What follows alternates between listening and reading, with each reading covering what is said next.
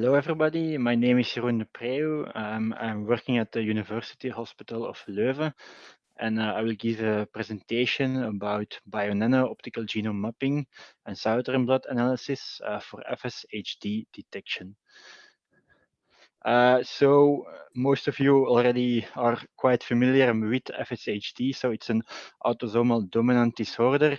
It occurs in 4 to 10 in 100,000 cases, and so the genetic disorder. So it's a genetic disorder where you have an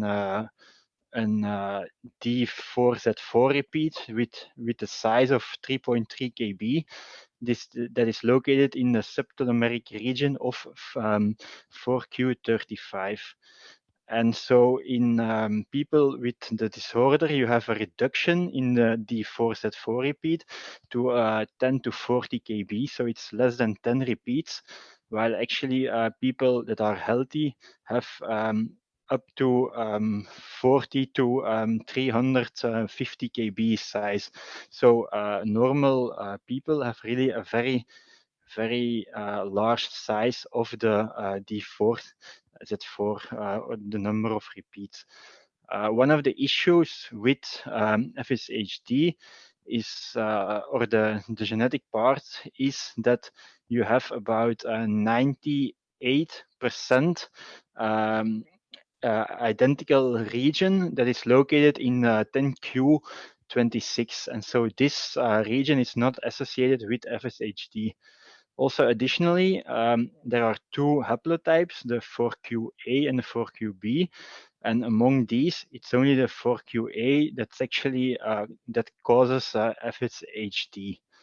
And so located in proximity of the D4Z4 repeat is a DUX4, and this is actually overexpressed in FSHD patients. And this protein is a transcription factor involved in RNA metabolism, stem cell, and germline development. Noteworthy is also that you have FSHD2, and so this is compromised about 5% of the FSHD patients, and this is not due to a reduction in the D4Z4 region, but it's actually the SMCHD1 that is mutated, and this protein is actually involved in epigenetic silencing of the D4Z4 repeat. But to have D4Z4 or to have FSHD2, you also need to have a 4qa haplotype. So this is actually a very good overview. So in healthy patients, you have a closed chromatin and with a number of repeats of D4Z4 from 11 to 100. While actually when you have the 4qb haplotype, there is no stable messenger RNA because you don't have a poly A tail in the RNA. So therefore, when you have a reduction but have the 4qb haplotype, the messenger RNA is degraded, and then you have no DUX4 expression. While on the other hand, if you have 4qa haplotype and also the reduction to 1 to 10 repeats, then you will have the stable messenger RNA, and so you have the expression of DUX4. So as I told already, so FSHD2, that's when you have a mutation in SMCHD1, and therefore you don't have the methylation of the DUX4 repeats, and then you still have the expression of the stable messenger RNA, and then this results in DUX4 protein expression. So normally the detection method to detect FSHD is with the Southern Blot. So with this you do an EcoR1 or BLN and in combination with BLN1 digestion. So you have a probe, a radioactive probe, that's the P13E11 probe, and so it binds to a region in proximity of the DUX4 repeats. And then in the 4Q35, you have the, so you don't have the BLN1 restriction sites, so you know that you have a reduction in the size for the ACOR1 bond on the Southern Blot. While actually when you have the 10Q26, you will have also the restriction with BLN1, so therefore there's only one bond visible. But now we are also investigating Bionano. And so Bionano, it's actually a technique that's with optical genome mapping. So it's an instrument that uses high molecular weight DNA, and then it linearizes the DNA with, and it also has certain fluorescent labels. And so you load this mixture on a chip, and then then it goes through nano channels, and it gets linearized, and then you can actually visualize the DNA strings. So here you have a movie that's where actually the DNA goes through the micro channels like this. So here you see one DNA string, and the molecules can be more than 200 kb. So you have the backbone that's stained in blue, and then you have certain probes at specific restriction sites that are colored as green. So when you go through the protocol, so you first start with an so you can use blood or cells, tissues, or other samples, but we mainly use fresh blood. Then we do a high molecular weight DNA extraction method. It is with a magnetic disk. After this DNA extraction, we do labeling that with specific sequences that are across the entire genome. Then we load it on a chip, and we run it on the Saphyr, and then with this, all the DNA strengths are getting linearized, imaged, and labeled, and there you have specific barcodes through the entire genome, and then you can actually align this similar as you do next generation sequencing, and with this you can eventually detect whether there is a certain insertion or other variations. So you can actually detect deletions, repeat expansions, translocations, insertions, tandem duplications, inversions, and so on. But so for us, we mainly work with DUX4 repeats. So it's more a specific method to also detect FSHD. So if you go through the entire workflow of Bionano, so you have actually 3 days that you need to work in the lab. So the first day is the DNA extraction. So we start from blood, and we do a white blood cell purification. But the advantage is that it can be stored at -80 degrees, and you can store it there probably more than 1 year. But you need to freeze it within 4 days from draw date. So then you do the DNA isolation. You homogenize all the DNA. After this, so you have the high molecular weight DNA that you can actually store at 4 degrees for a long term. And in a second day, that takes about 6 hours. You start with the DNA quantification, and after this, you do a DNA staining. And then the last day, you do the DNA quantification and you load this on a chip, and this only takes about 2 hours.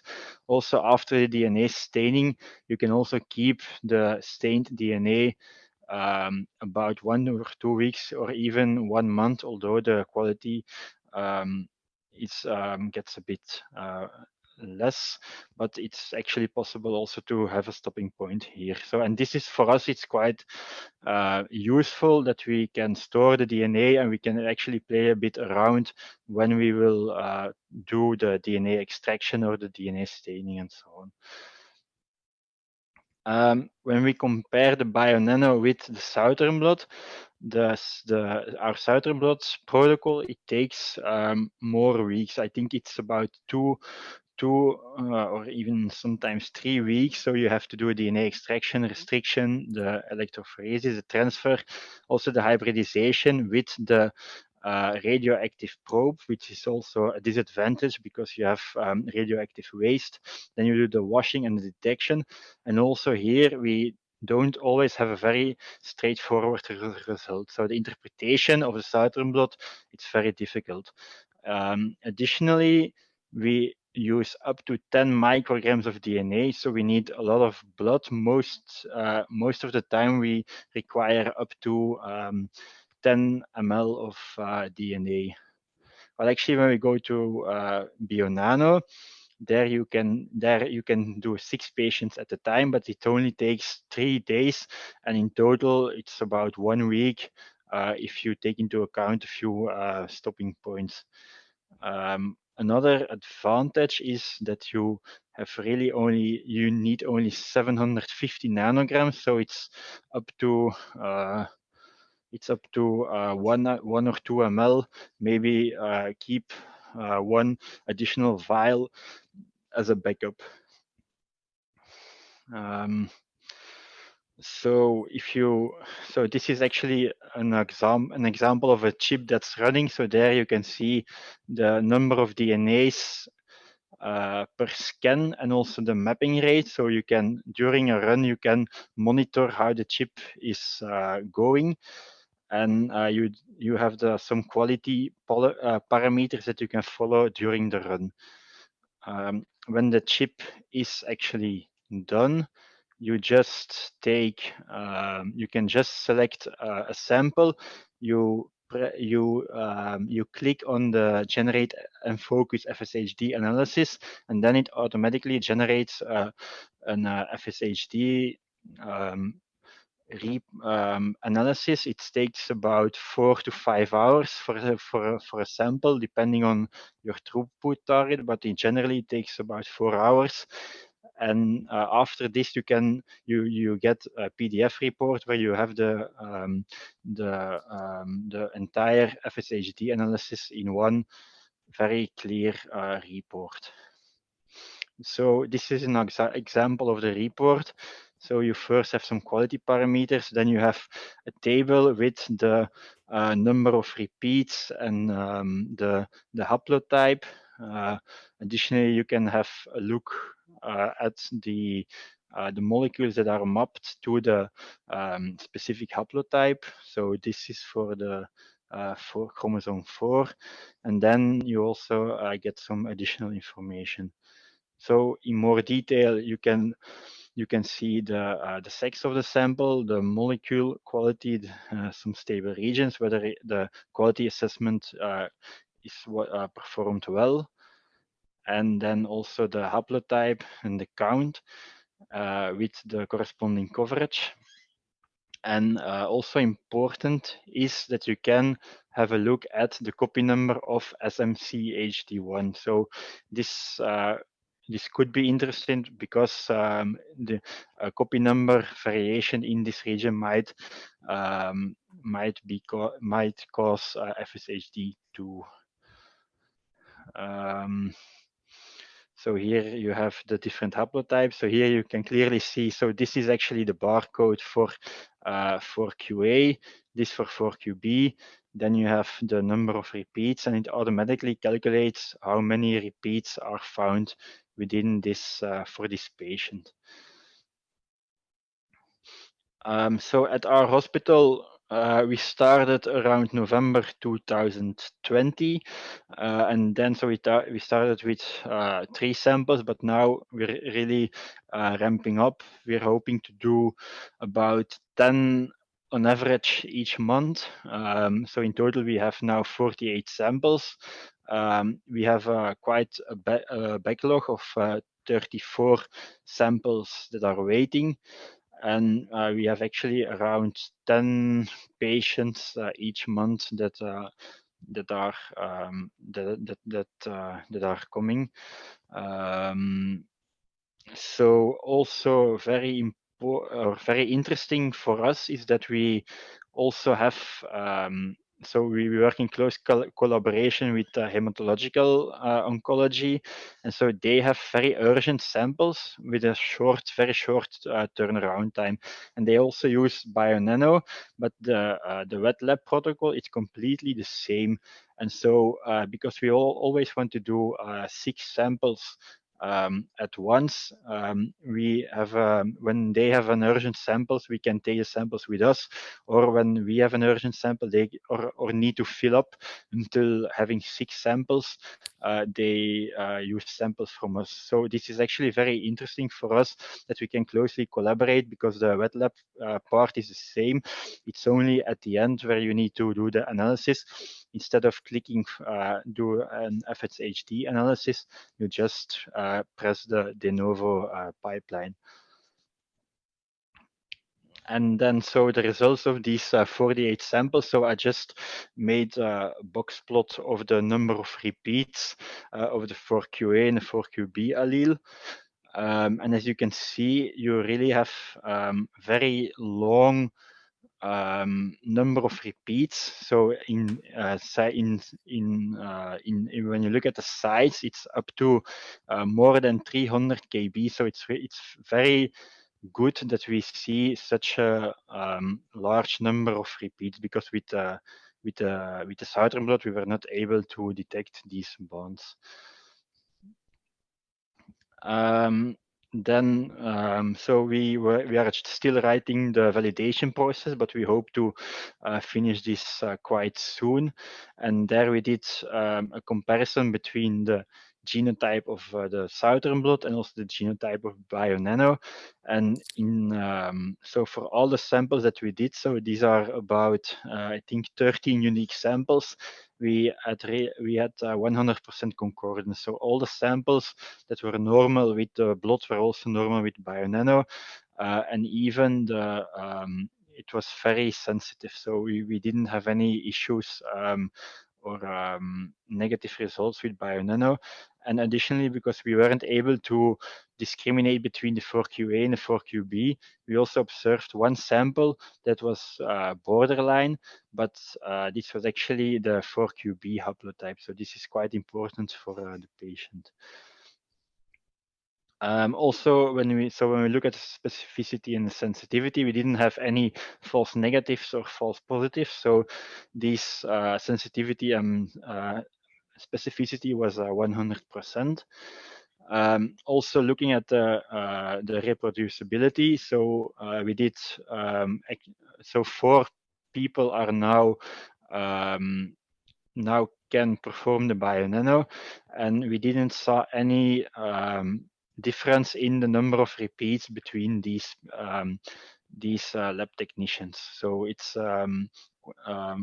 shows good reproducibility, also in terms of repeatability. So when we repeat one sample within one run, we had exactly the same number of repeats.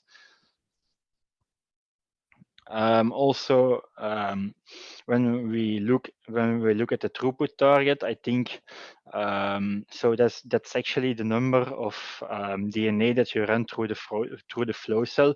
So you can choose. The only disadvantage is the higher the throughput target, the longer the chip has to run, and also the more analysis or the computational time will be more. And so from the Bionano guidelines, you have the de novo assembly, where it's suggested to have a throughput target of 320, and then you have a coverage of 70. Also for FSHD, you can have about 400, and there the coverage is about 70. Although there are variant analysis, so this is to detect really structural variations that are about 5% of the allelic fraction. There you have a higher throughput target of 1,400 with higher coverage. And so here we confirmed that based on an in silico analysis that for us, for FSHD, the difference between the 400 or the 480 and the 1,400 throughput target was for us the same. So we are now using the 480 as a cutoff because 70x coverage is sufficient to have the correct or as a sufficient coverage. So as a conclusion is that we are now using Bionano as a powerful technique for FSHD1 testing. So we have a high precision, high sensitivity, specificity, reproducibility, repeatability, and a high robustness, with the additional advantage that you have low input material. So you only need 1 ml of blood. You can store it at minus 80 degrees. You have a result in 3 to 5 days. You can discriminate between the 4QA and the 4QB haplotype. You also can detect structural variations in proximity over the D4Z4 region and SMCHD1. The analysis and the result interpretation is very straightforward and easy. Additionally, that we are now investigating a bit into more detail is that we might detect other STRs, and we can also, when the report is negative, but the patient has some myotonic phenotype or myopathy, then you can also look for other structural CMVs or structural variation in the entire genome. And maybe in a later phase, which will be or stage with the methylation status could be very, very interesting, because then we can really monitor how well the D4Z4 region is actually methylated. But this is, I think there is only one paper published about this, so it's that's not yet possible now, but this might be possible in the future. A disadvantage, though, is that we are only working with 6 to 10 samples per batch, and because we have such a big backlog of samples, and we might be interested in detecting other STRs, it would be good if we could do more samples at the same time. And so this is also something for a slide from the Bionano Symposium. So there are some STRs like Fragile X that could be detected also at our lab. We first do a PCR, and then when we see that the patient has an expanded STR, we then do a Southern Blot. But now we're thinking to skip the Southern Blot and then just do, if you have an expansion, go directly to Bionano. Then lastly, I would like to thank my team, especially Valerie, Steven, and Jolien, because they were working very hard with me to have all these results and give me some feedback. Also the group of Barbara de Waale, so she's working with the hematological cancers, and Wendy, and Professor Joris Vermeers and his group for helping me with the Bionano. So this was my presentation. I hope you enjoyed it, and if you have any questions, let me just ask.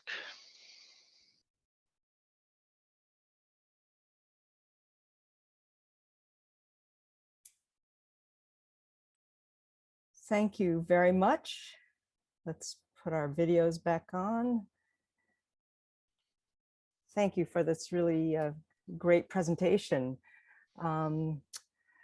Everybody in the audience, if you would like to ask questions, I recommend using the Q&A, or you can raise your hand and we can unmute you.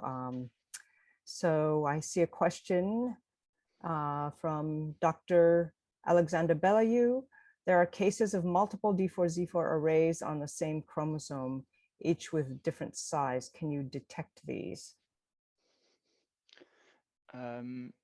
Could you please specify what you mean with multiple D4Z4 arrays? Is it then that you have just a duplication of the entire region, or is it with the 4QA, or what exactly is this related to? Let me see if I can unmute Dr. Depreeuw. There you go. Dr. Depreeuw, you're allowed to talk now if you'd like to speak. Hi, okay. Can you hear me? Yes. Yeah. Okay, fine. So June, very nice to see you. I missed you at the FSHD Society meeting. Nice to see you. Nice to see you. Okay, Thank you. Jeroen, you might not know, but the DUX4 gene was discovered when I was in the team of Desiree Cullen at the KU Leuven. Okay. So my question is the following. We are in a subtelomeric region with many strange rearrangements occurring on the chromosome. And so patients have been identified that have one D4Z4 repeat array of, let's say, 6 or 7 units, which is located a few kb or 10 kb away from another D4Z4 repeat array, which has like 30 units. So that by working on a Southern Blot, the large repeat array was detected, and the conclusion was that those individuals did not have a genetic FSHD. And it's only by working on a DNA combing method that using a stretch of DNA, hybridizing with different probes, you were able to detect that there were 2 D4Z4 repeat arrays, one of which was very short and allowed for the expression of the DUX4 gene. Yeah, okay. It's an interesting question. So I think it depends also on how the mapping of the D4Z4 array actually is. So if you have the 4QA or the 4QB, that's already that should be already quite some probes that will align this region. But additionally, of course, it depends also, and that actually I don't know. So maybe it's a good question to ask for the company. But so if you have on the 5 accent end, if you have there some of the, if you have there sufficient probes to map the molecules, then of course I think it will be detected as some kind of mosaicism in the test. But yeah, it's a very good question, but for the details, I think it would be good to ask at the company. So. Yeah, so I think it would be very interesting if you could compare your data with the ones that are obtained with DNA combing by the group located in Marseille, because this is a major advantage of their technology as compared to Southern Blot. You don't have to slice your DNA in pieces and then try to reconstitute the puzzle.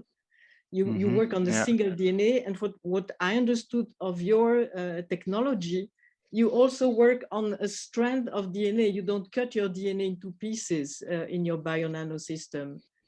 So no, you should indeed, be able no, to have the same advantage as they have. Yeah, I think it's indeed. It would be very interesting, but because we only have results from Southern Blot previously, so we don't have the data yet to investigate it. But it would be definitely very interesting. I can send you the reference if you want. Yeah. Okay. Thanks. Okay. Sure. Thank you. Thank you very much, June.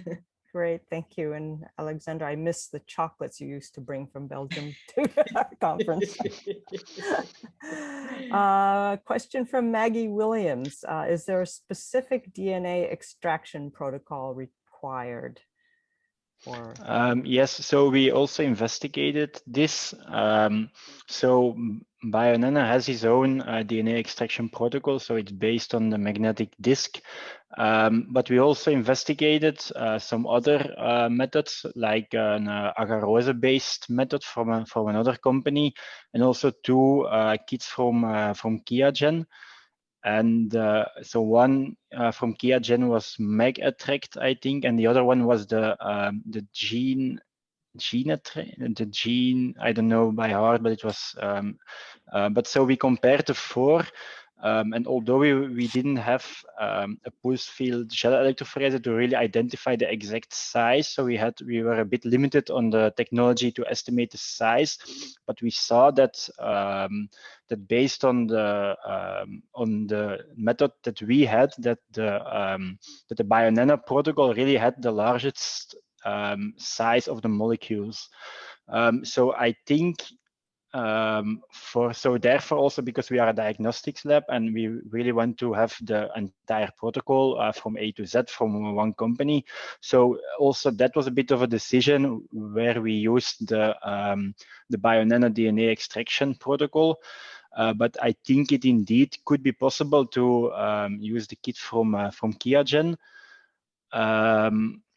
But although, so because also for other disorders, I think it's the size is more important to really detect very large structural variations or CMVs, and so there I think it really matters to have the largest DNA fragments as possible, and it might be less for FSHD, but we don't know it exactly.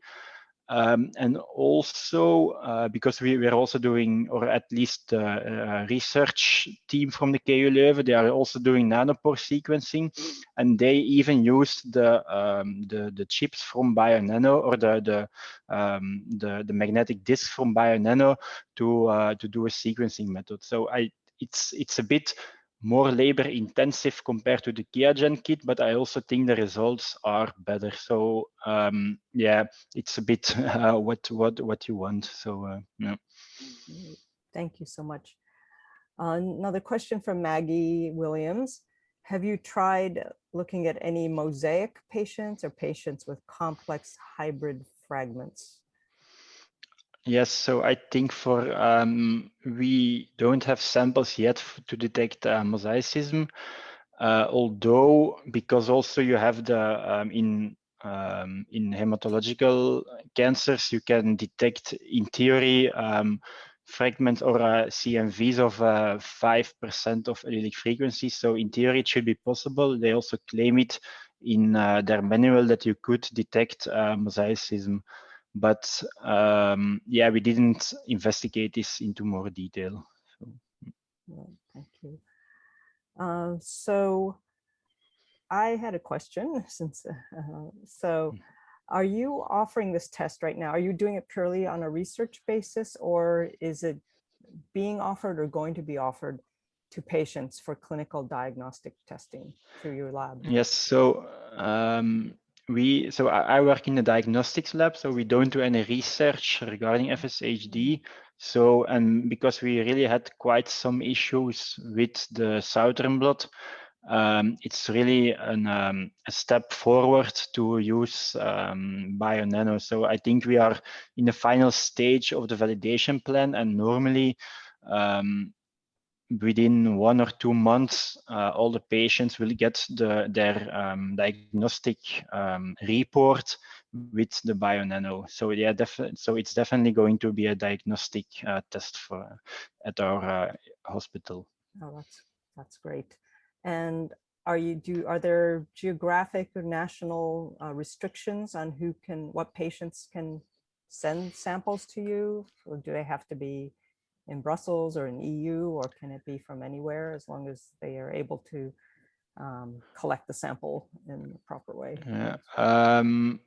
Yeah, it's so I think definitely so in Belgium we don't make really any I think it's most of the time most tests are done when so every hospital has its own tests, and when they see, or they won't put any effort in really going into a lot of detail validation if they see that another hospital also has this test. So it definitely happens that some patients from another city from Belgium will be sent to our hospital. In Europe, actually don't know exactly how it goes because I'm not really quite familiar with the entire process, so I cannot, or I'm not really 100% sure to answer this question. So, Okay, thank you. Thanks so much.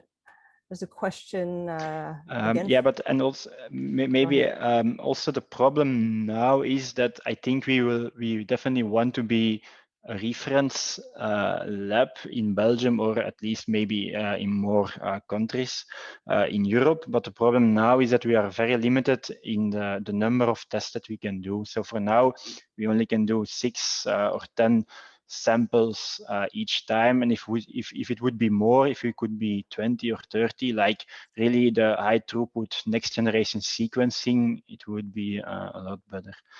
So Question from Maggie Williams: are you able to give an idea of test costs compared with Southern Blot?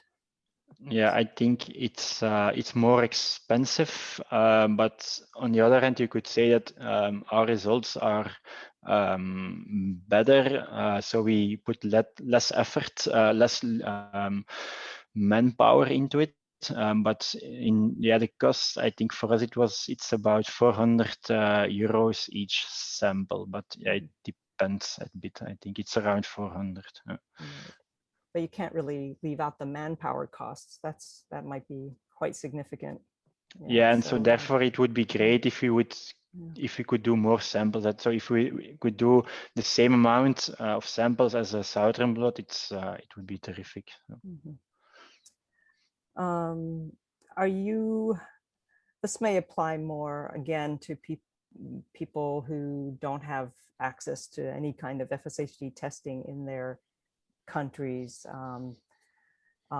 So there's interest in finding, whether there are ways of getting sufficient, good enough DNA samples without requiring the freezing.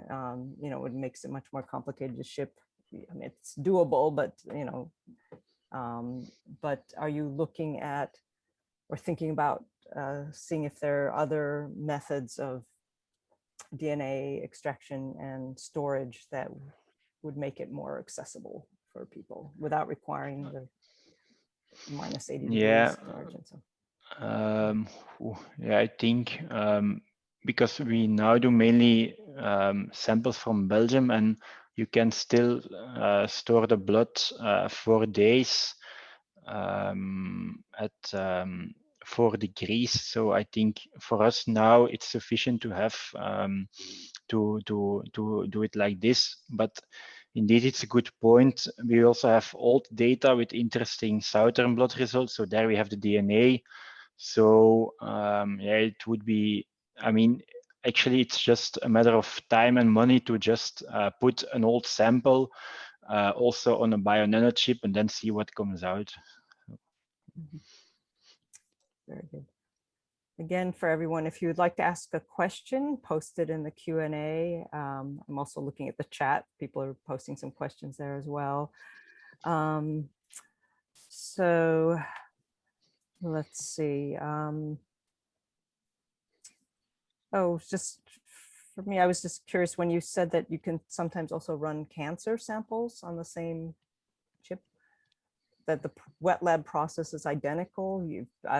This is just for my clarification. I thought that for FSHD or for each disease situation, you might need to use specialized probes, but is that? Yes, so the probes, these are restriction proteins, but so the restriction protein is, or the restriction site is a very specific site defined by Bionano. So I think it's 6 nucleotides, and they really have a very specific probe. But it's also possible, maybe in the future, to have additional probes with other labels and so on. So that's also what I said about the methylation specific part. So it could be possible to really have a methylation specific probe. But now, because we are a diagnostic lab, so we don't investigate this into more detail. But so we are we are happy with the probes from Bionano, and these probes are designed to bind over the entire genome and then have sufficient probes that can bind, so you can do the mapping. And so it's actually, you can compare it a bit.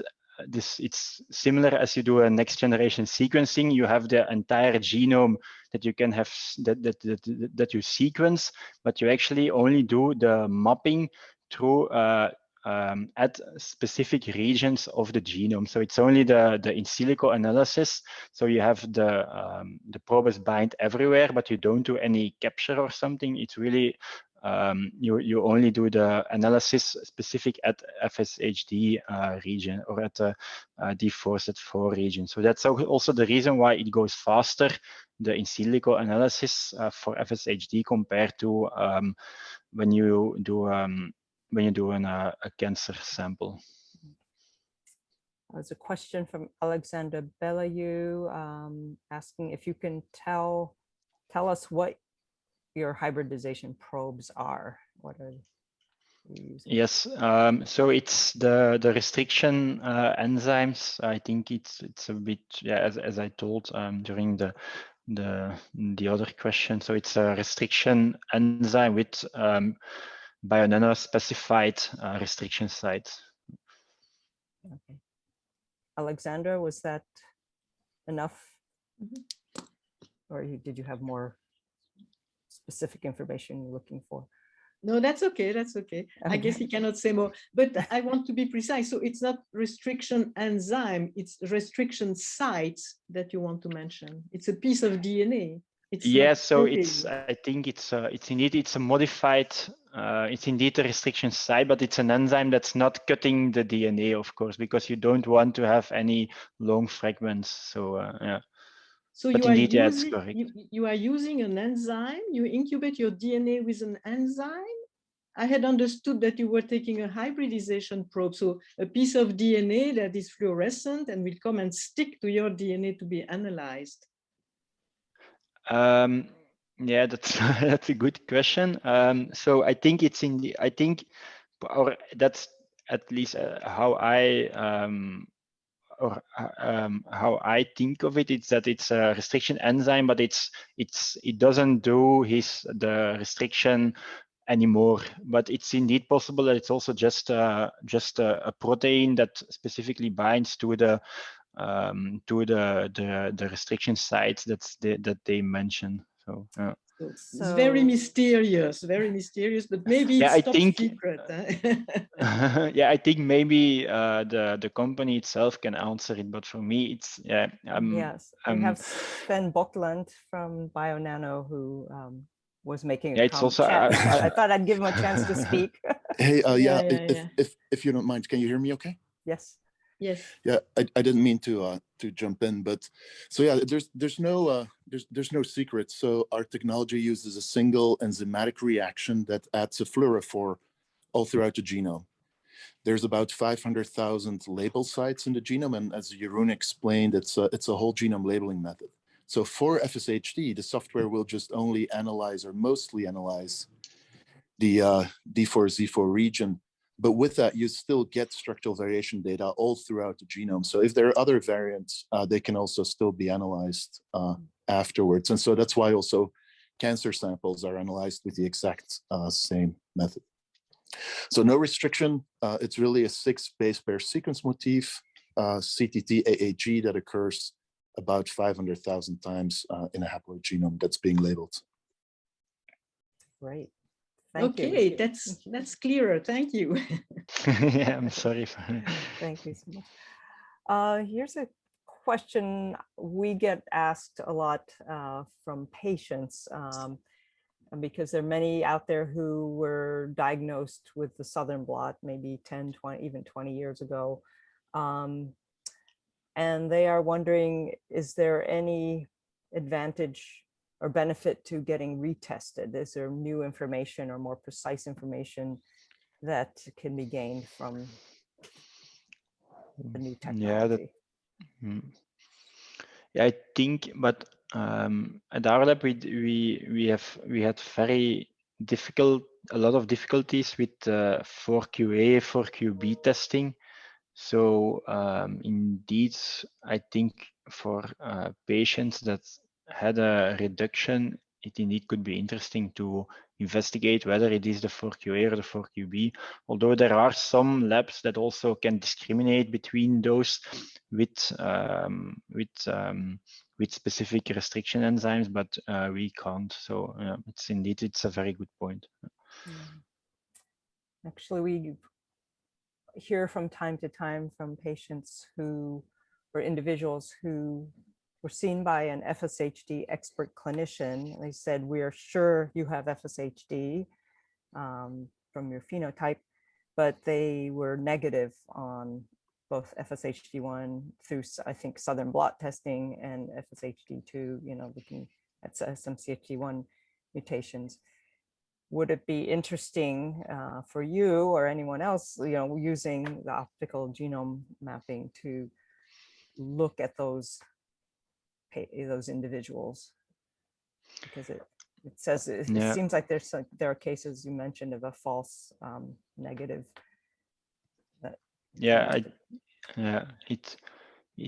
I don't know how detailed these Southern Blot results are, but for us, because we saw some difficulties at the interpretation of the results, we really switched to Bionano because at least you have a straightforward result. But as I mentioned, I think for these patients, definitely if you could detect the methylation status of the D4Z4 repeats, then you really go, then even if you have a mutation in another methylation enzyme, that might also be responsible for the methylation. I think this is really this could be a huge benefit for the detection of FSHD. Okay. I'm seeing a question from Cyprien Dulac. I'm going to ask him to talk so that he can ask his question. No, actually, it was not a question. Sorry, it was just to help with the marking of the enzyme when we discussed how the enzyme was actually labeling the DNA. So sorry about that. Oh, okay. But Sven already answered the question properly. Thank you. Okay. Then thank you so much for this great presentation. Thank you to our audience for your interest. And we'll be doing more of these FSHD research webinars from time to time. So keep an eye on your email and have a great day. Thank you. Bye-bye. Thank you. Bye. Bye.